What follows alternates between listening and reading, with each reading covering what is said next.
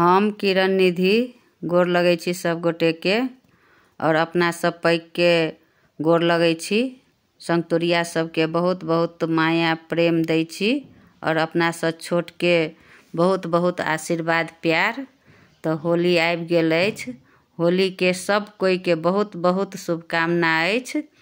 ओहि पर हम एकटा अपने से गीत बनेलहुँ हँ और अपने गाबि रहल छी, अहाँ सब सुनू, जरूर नीक लागत। होली के करू तैयारी तैयारी सब सखिया, होली के करू तैयारी तैयारी सब सखिया। ई अछि रंग के त्योहार त्योहार सब सखिया, ई अछि रंग के त्योहार त्योहार सब सखिया। होली के करू तैयारी तैयारी सब सखिया।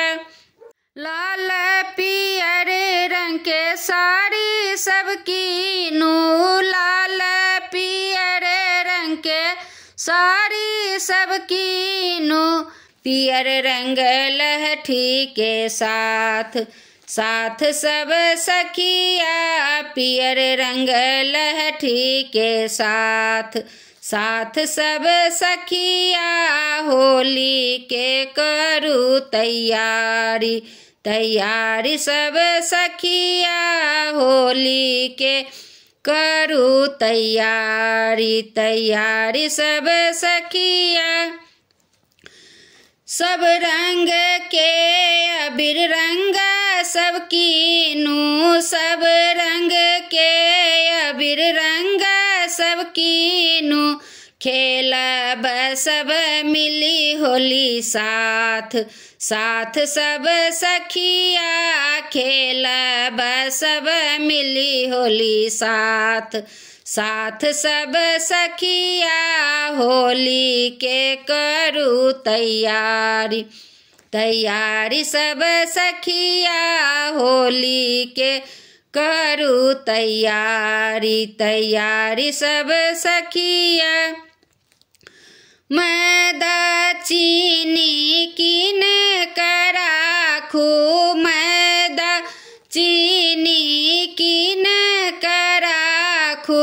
फुलल फुलल पुआ पकाब पकाब सब सखिया, मीठ मीठ पुआ पकाब पकाब सब सखिया।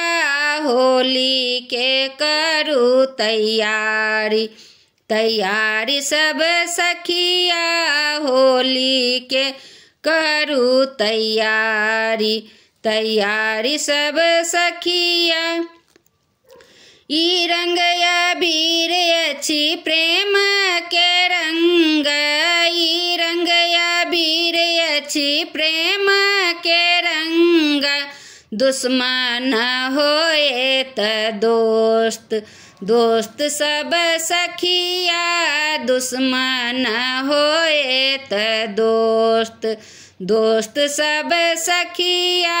होली के करू तैयारी तैयारी सब सखिया, होली के करू तैयारी तैयारी सब सखिया।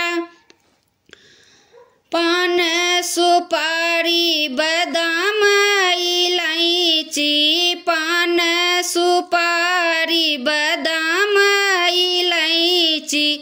देवन सबके हाथ हाथ सब सखिया, देवन सबके हाथ हाथ सब सखिया। ई अछि मिथिला के व्यवहार व्यवहार सब सखिया, ई अछि मिथिला के व्यवहार व्यवहार सब सखिया। होली के करू तैयारी तैयारी सब सखिया, होली के करू तैयारी तैयारी सब सखिया। धन्यवाद।